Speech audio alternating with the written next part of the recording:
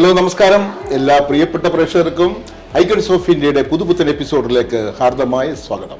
ഇന്ന് ഒരു അതിഥിയല്ല, രണ്ട് അതിഥിയാണ്. മാവേലിക്കരയിൽ നിന്നും 20 വർഷങ്ങൾക്ക് മുമ്പ് സൗദി അറേബ്യയിലെ ദമാമിൽ വന്ന് ഗ്രീൻ പ്ലേറ്റ് റെസ്റ്റോറന്റ് എന്ന സ്ഥാപനം നടത്തി വരുന്ന ഷീബ സുനീഷ്. രണ്ടാമത്തത് അദ്ദേഹത്തിന്റെ ഹസ്ബൻഡ് സുനീഷ്.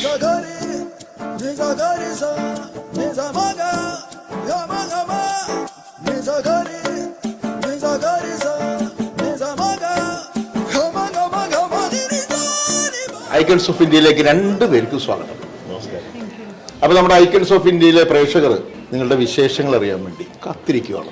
അപ്പോൾ ഇതിന്റെ ഗ്രീൻ പ്ലേറ്റ് റെസ്റ്റോറന്റിന്റെ ഓണർ അദ്ദേഹത്തെ കുറിച്ചൊന്ന് പൊക്കി പറയാം. കാരണം ഈ സൗദി അറേബ്യയിൽ ആദ്യമായിട്ട് ഒരു സംരംഭം തുടങ്ങിയ ഒരു സംരംഭക ഷീബ മാഡം, അത് മലയാളിയാണ്. ഇന്ത്യയിൽ എടുത്തു നോക്കിയെങ്കിലും ആകാം അല്ലെ, ആദ്യത്തെ സംരംഭകയാണ്. എന്താണ് അതിനെക്കുറിച്ച് പറയാനുള്ളത്? അത് പറഞ്ഞതിന് ശേഷം നമുക്ക് മറ്റേ പോവാം. ആക്ച്വലി ഞാൻ സൗദിയിൽ വന്നിട്ട് 20 വർഷമാകുന്നു. നേഴ്സായിട്ടാണ് വന്നത്. Ministry of ഹെൽത്തിലായിരുന്നു. 17 വർഷം ഹാർട്ടിന്റെ സ്പെഷ്യാലിറ്റിയിൽ വർക്ക് ചെയ്തു. വർക്ക് ടയറിംഗ് ഒക്കെ ആയി. 17 വർഷമായില്ലേ, ടയർഡൊക്കെ ആയി. ജോലി റിസൈൻ ചെയ്തിട്ട് ഇപ്പം 3 മാസം ആയതേ ഉള്ളൂ. അപ്പൊ ഇങ്ങനെ ഒരു തിങ് മൈൻഡിൽ ഇങ്ങനെ ഒരു ഹസ്ബൻഡുമായിട്ട് ഡിസ്കസ് ചെയ്തു, സംഗതി സ്റ്റാർട്ട് ചെയ്തു. ഫുൾ സപ്പോർട്ട് ഉണ്ടാവുമല്ലോ. സുനീഷ് സാർ കാണുമ്പോൾ തന്നെ അറിയൊരു കലാകാരനാണെന്ന്. അപ്പോൾ കലാകാരൻ മാത്രമല്ല, ഒരു സിനിമ പ്രൊഡ്യൂസറാണ്, കവിയാണ് അല്ലേ? ചെറുതായിട്ട് എഴുതാറുണ്ട്. വെറുതെ ഒന്നും പൊക്കി പറയാനല്ല, കാരണം എല്ലാത്തിലും ഒരു ചെറിയ ചെറിയ കഴിവുള്ളൂ. പക്ഷെ ഒന്നും അങ്ങോട്ട് വേണ്ട വിധത്തിൽ പ്രോത്സാഹിപ്പിച്ചെടുക്കാനായിട്ട് പറ്റില്ല.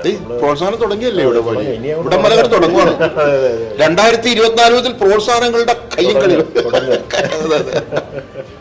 ചെറുപ്പകാലം തൊട്ട് ഇങ്ങോട്ടൊന്ന് പറഞ്ഞു കഴിഞ്ഞാല് അമ്മ ഒരു ടീച്ചറായിരുന്നു, അധ്യാപികയായിരുന്നു. മാവേലിക്കരയിൽ അമ്മ ടീച്ചറായിരുന്നു. അമ്മയുടെ പേരെന്താണ്? അമ്മയുടെ പേര് അന്നമ്മ.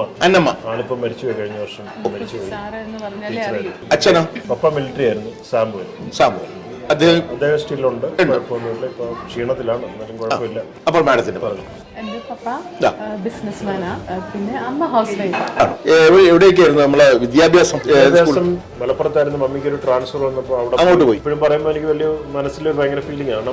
എവിടെ പോയാലും നമ്മളെങ്ങനെ കൊണ്ടുപോവാ, ആ സ്കൂളിൽ പഠിപ്പിക്കുക, അവിടുന്ന് ട്രാൻസ്ഫർ ആകുമ്പോൾ വേറെ അടുത്ത് കൊണ്ടുപോവാ. പെങ്കൊച്ചുങ്ങളെ വളർത്തുന്നവരാണ് നമ്മളെയൊക്കെ വളർത്തുക. കാരണം അത്രയ്ക്ക് കെയറോടുകൂടി. ഇന്ന് നമ്മളൊരു സർവീസ് ഇൻഡസ്ട്രിയിലോട്ട് വന്നതിന്റെ പ്രധാനപ്പെട്ട ഒരു കാരണം എന്റെ ബാക്ക്ഗ്രൗണ്ട് നോക്കാനല്ല, എന്റെ അമ്മ തന്നെയാണ്. കാരണം അമ്മ സ്കൂളിൽ പോകുമ്പോഴും ഇതേപോലെ എല്ലാവർക്കും കുക്ക് ചെയ്ത് കുറെ സാധനങ്ങൾ. അപ്പം ഞങ്ങൾ ചോദിക്കുക, എന്തിനാ മമ്മി ഇങ്ങനെ കഷ്ടപ്പെട്ട് ഇതൊക്കെ എടുത്തിട്ട് പോകുന്നത്, കഴിക്കട്ടല്ല എന്ന് പറയും. എന്തെങ്കിലും ആവശ്യങ്ങൾ വീട്ടിൽ വന്ന് ആരെങ്കിലും അമ്മയോട് ചോദിച്ചാൽ പോലും അത് ഞാൻ സുനീഷിനോട് പറഞ്ഞിട്ടുണ്ട്.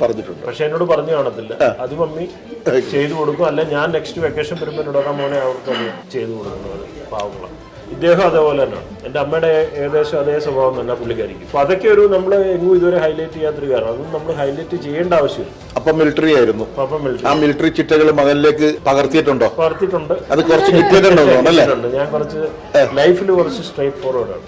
വളരെ സ്ട്രിക്റ്റ് ആയിട്ടുള്ള ആളാണ്. അതെ. ഇത്രയും രാജ്യങ്ങൾ ഉണ്ടായിട്ടും സൗദി അറേബ്യയോട് മാത്രം ഒരു സ്നേഹം തോന്നാൻ കാരണം എനിക്ക് അങ്ങനെ ഒരു സ്നേഹം ഉണ്ടായതല്ല.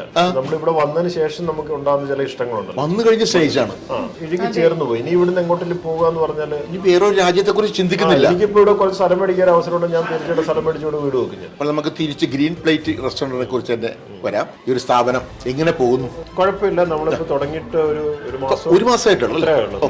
ഈ ഗ്രീൻ പ്ലേറ്റിന്റെ ഇത് മാത്രമെന്ന് പറയാൻ അവകാശപ്പെടുന്ന എന്ത് ഡിഷാണ് ഇവിടെ?